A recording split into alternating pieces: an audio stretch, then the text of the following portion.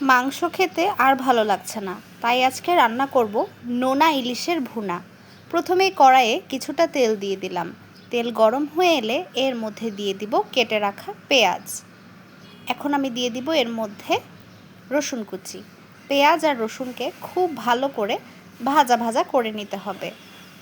ভাজা ভাজা হয়ে এলে এর মধ্যে আমি দিয়ে দিব আদা রসুন বাটা।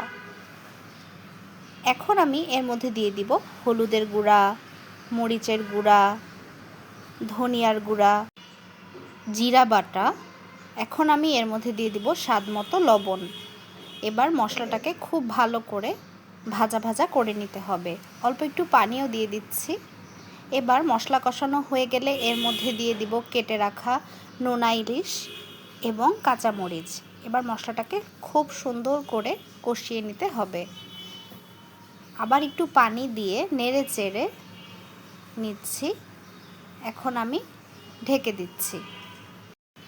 এবার আমি কিছু পুঁইশাক কেটে নিচ্ছি। এভাবে কে কে খেয়েছেন অবশ্যই কমেন্টে জানাবেন।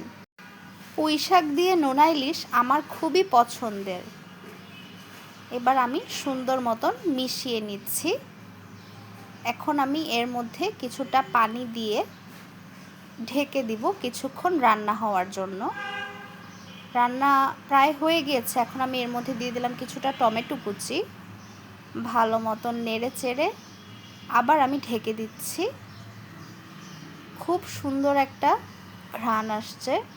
আমার ভিডিও ভালো লাগলে অবশ্যই লাইক কমেন্ট শেয়ার করে কিন্তু পাশে থাকবেন।